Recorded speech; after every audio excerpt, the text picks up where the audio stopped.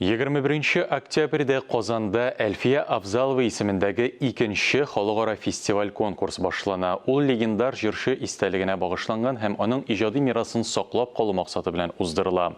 Бу хакта Татаринформ мәгълүмат агентлыгында узган матбугат конференциясендә Зөлфия Абзалова Нигъмәтҗанова хәбәр итте. Быел конкурска 350-дән артык гариза кабул ителгән. Америка Кушма Штатлары, Канада, Куба, Болгария кебек чит илләрдән башкаручылар онлайн чыгыш ясый. Һәр катнашучы фестивальдә 2 җыр башкара. Беренчесе Әлфия Абзалова репертуарыннан, икенчесен үзләре сайлый.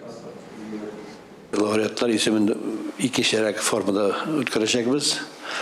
Беренче, икенче, өченче дигән номер сукмаячакбыз.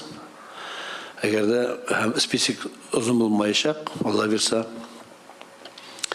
шаккына шул бәзрәк борчылу инде, менә шул әпәт, шул былтырга Былтырга деген сымак,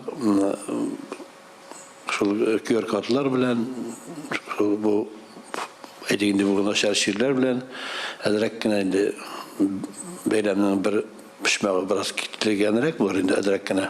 Сакларга тырышабыз. Әнинең туган телен дәвам итәргә, минем туган телемне, балаларның. Сәнгать өлкәсендәге даһиларыбызның исемен мәңгеләштерсәк, әлбәттә инде хөкүмәт тарафыннан да бик зур игътибар булырга тиеш. Ул халык яратуы гына ул, әле халык ул гомер буе ярата. Ләкин исемне мәңгеләштерү һәм башка этик чараларда дәүләти ярдәм кирәк.